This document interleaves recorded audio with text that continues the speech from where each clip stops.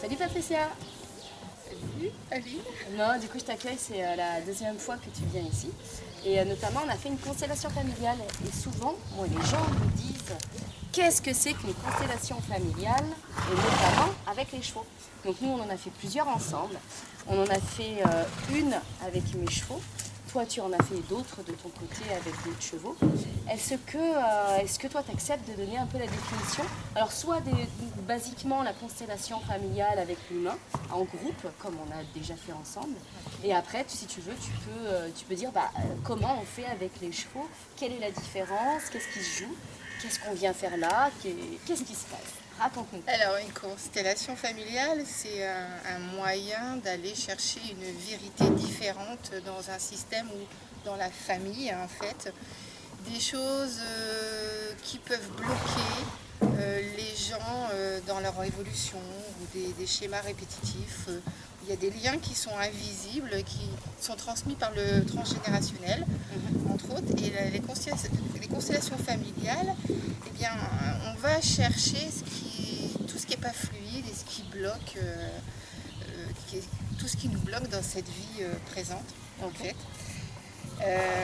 Du coup, il y a un constellé, qu'on appelle le constellé, celui qui pose sa problématique. Donc en fait la personne, bon on va voir la visite des chevaux, c'est-à-dire qu'il y a une personne donc, qui est constellée, qui va elle réfléchir à une problématique qu'elle aimerait travailler. Voilà, c'est et ça. Après... Ou alors un schéma répétitif, ou voilà.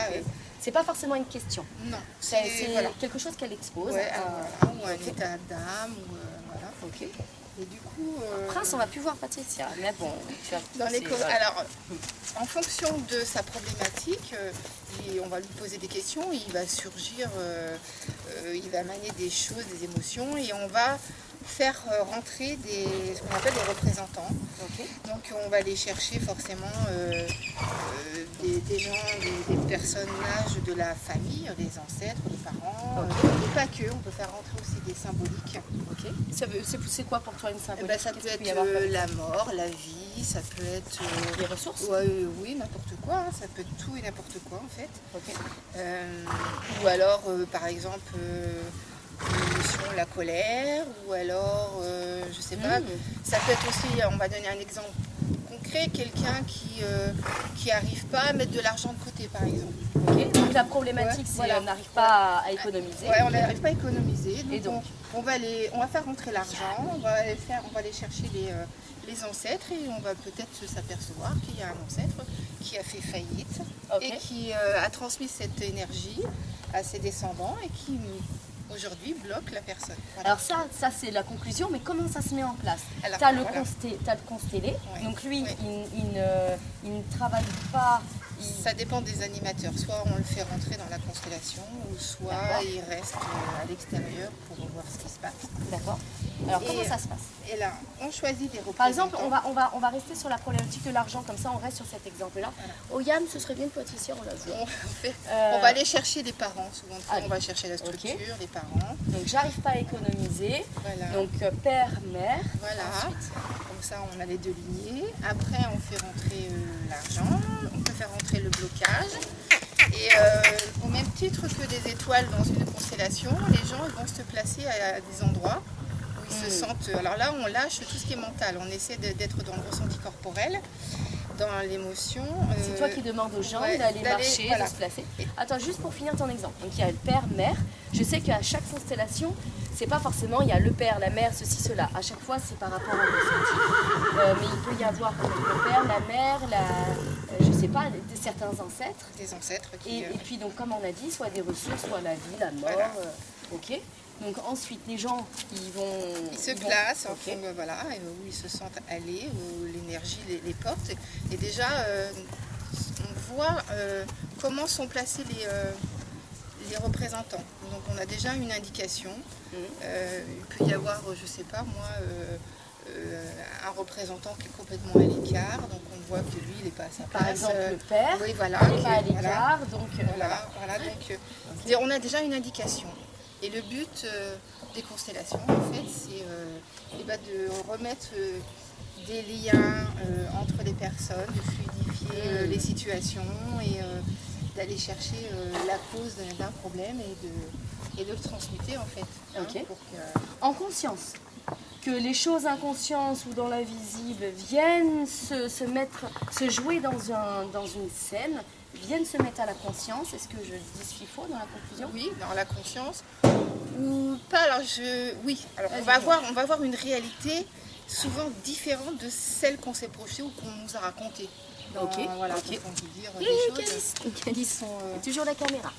C'est toujours le mental qui parle, mais en fait il peut y avoir une réalité complètement différente. Allez. Et on a... Oui.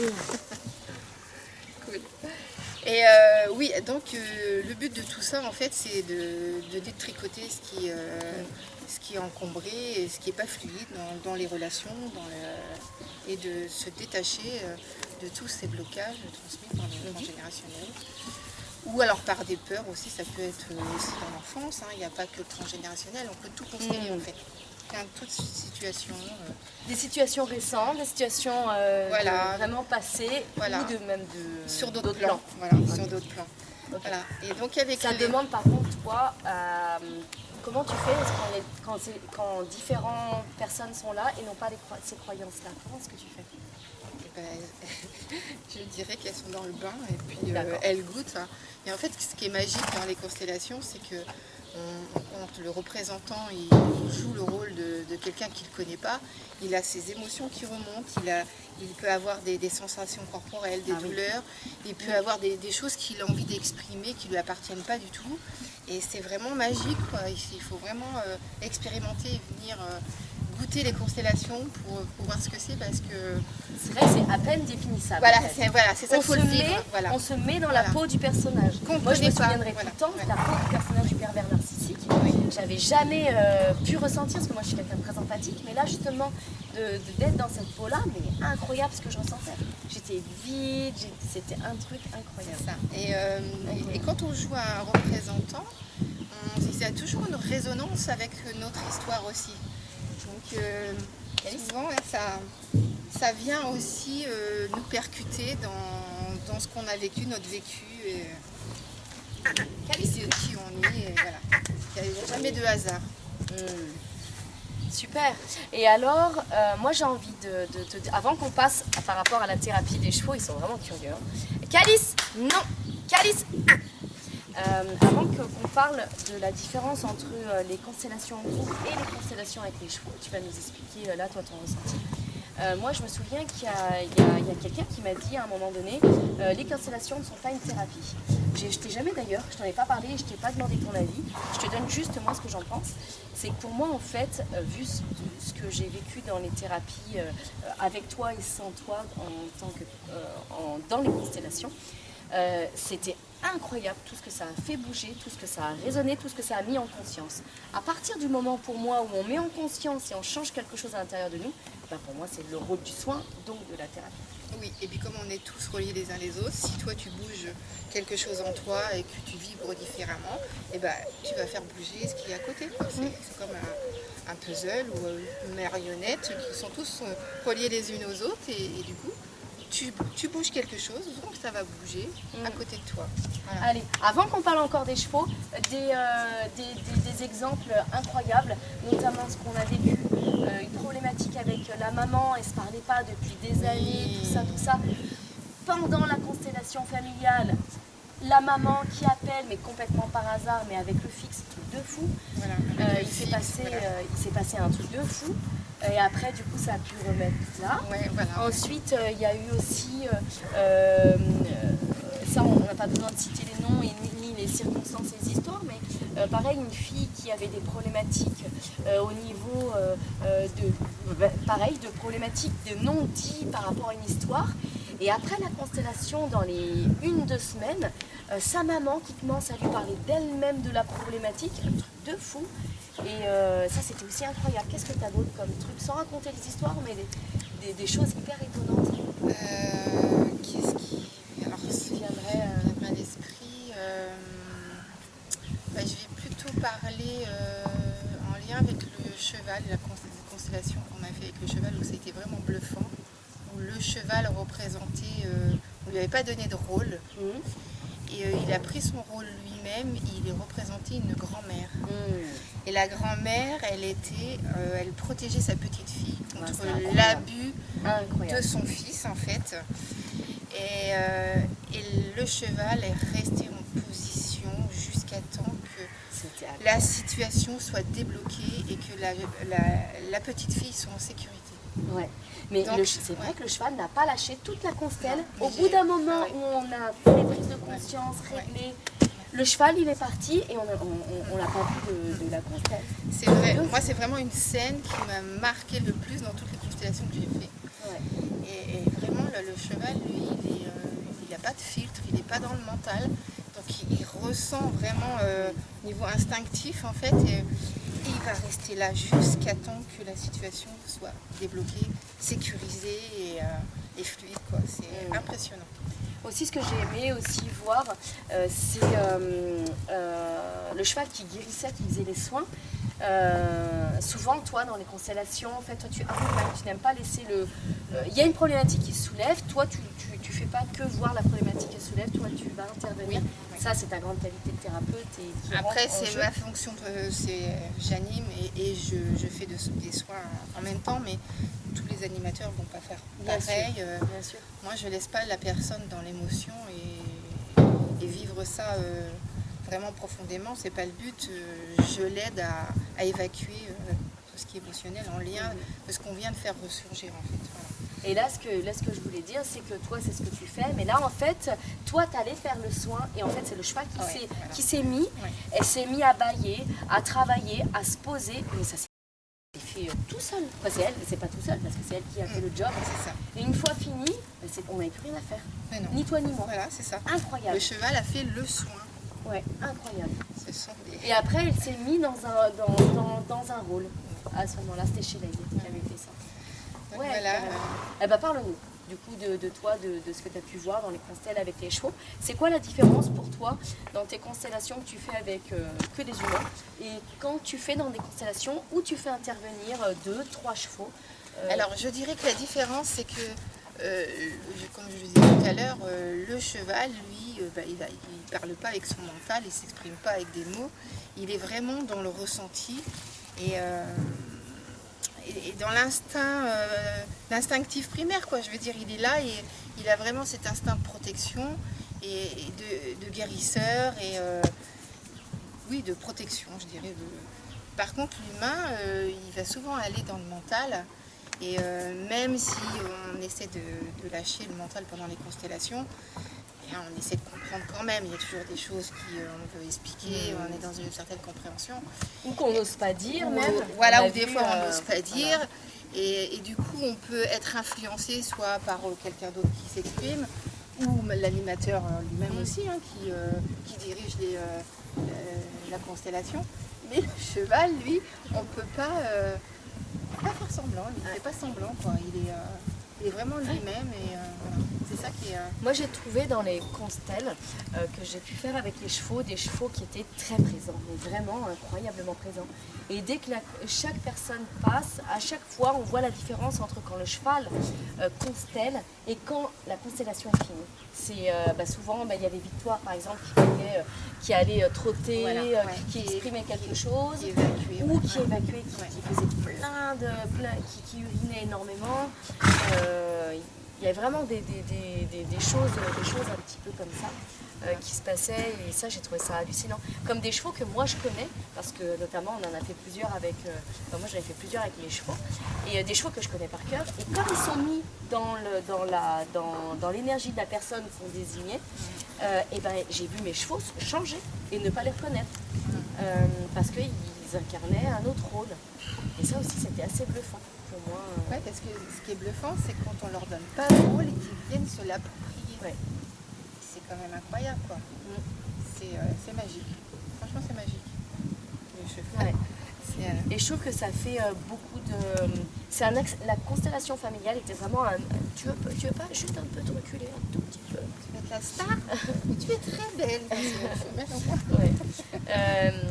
Je trouve que c'est un accélérateur de conscience. C'est vraiment ça nous permet vraiment de mettre noir sur blanc, comme un dessin, comme un film qu'on regarde, une situation qu'on n'a pas voulu voir, qui est très inconsciente, qui est très refoulée. Ou alors, oui, ou qu'on ne pouvait pas voir parce que ça vient de nos ancêtres. Et oui, c'est une réalité exactement. vraie, quoi, en fait. Voilà, c'est pas ce qu'on aurait pu s'imaginer ou ce qu'on nous a raconté. Là, on met en scène une réalité. Voilà. Et du coup, le but, c'est de faire passer la magie de l'amour dans tout ça, en fait. Voilà. Bien sûr. Est-ce qu'un jour tu peux imaginer de faire des constellations avec autre que des chevaux, mais avec des chevaux, peut-être d'autres espèces? Est-ce que tu arrives à imaginer? Ça m'est déjà arrivé de faire une mini-constellation avec des amis en lien avec une problématique relationnelle dans un couple. Ouais. Et il y a un chat qui est intervenu, en fait. D'accord. Qui est intervenu, alors on ne va pas raconter l'histoire, mais ce chat était lié à un homme qui était quelque part, qui était doux et à l'intérieur l'inverse, en fait. C'était caché sa vraie personnalité dans une fausse douceur, en fait. Et ce chat-là, dans la vie de cet homme, il était agressif avec les autres chats, par exemple. Et quand on a mis en scène la problématique avec cet homme, ça se passait chez des amis, et il y a un chat de la même couleur qui est venu se frotter à lui pour dire c'est bien lui, c'est bien son comportement, c'est bien le chat. Rappeler l'histoire, en fait. C'était incroyable. Incroyable. Super. Mais écoute, moi je voulais te remercier. Oh, bah c'est notre. Oui, le cheval qui sortir. Bah, moi je voulais te remercier d'avoir partagé, parce qu'il y a tellement de questions par rapport à ça.